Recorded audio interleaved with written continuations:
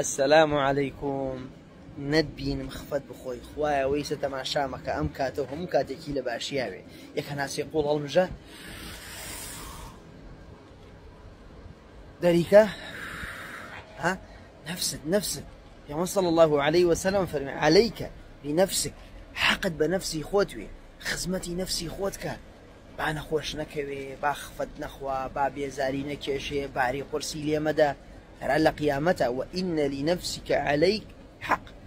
یەکێ لەو شتانەی کە لەبارەی پرسیارت لێکرد لەبارەی نەفسی خۆتە نابێ زوڵمی لێ بکەی و زوڵم و تەعدایە لێەکەی تۆ هەر ڕۆژێکە هەڵەسی وە بارێ خفەت و هەڵەسی وە بارێ ڕەشبینی وە هەڵەسی نا کاکە نا لە دنیا ئەوەلات بدە نەفسی خۆت ئەمە شیرینە ئەمە فریاتەکەوێ ئەمە لەگەڵتە زۆر خفەتی بێتێ نەخۆشەکەوێکەوی لە بانجیە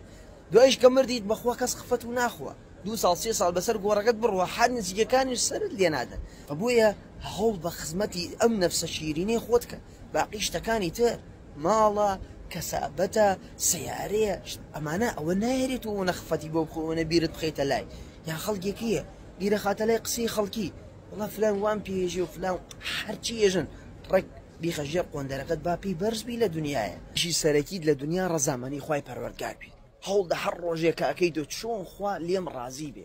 سنەتێ زیاتر کە خێرە زیاتر کە تاعەتێ زیاتر کە سەدەقەیە زیاتر کە دوعایە زیاتر بکە با خوا لێت ڕازی بی هیچ ڕەزامەنیە مەخە پێش ڕەزامەنی خوای پەروەردگار و ئەگەر خێزاندار نیت با دایک و باوکشت لێت ڕازی بێ ئەگەر خێزانداری خێزانەکە زۆ گرنگە لێت ڕازی بێ ماعەدا غەیری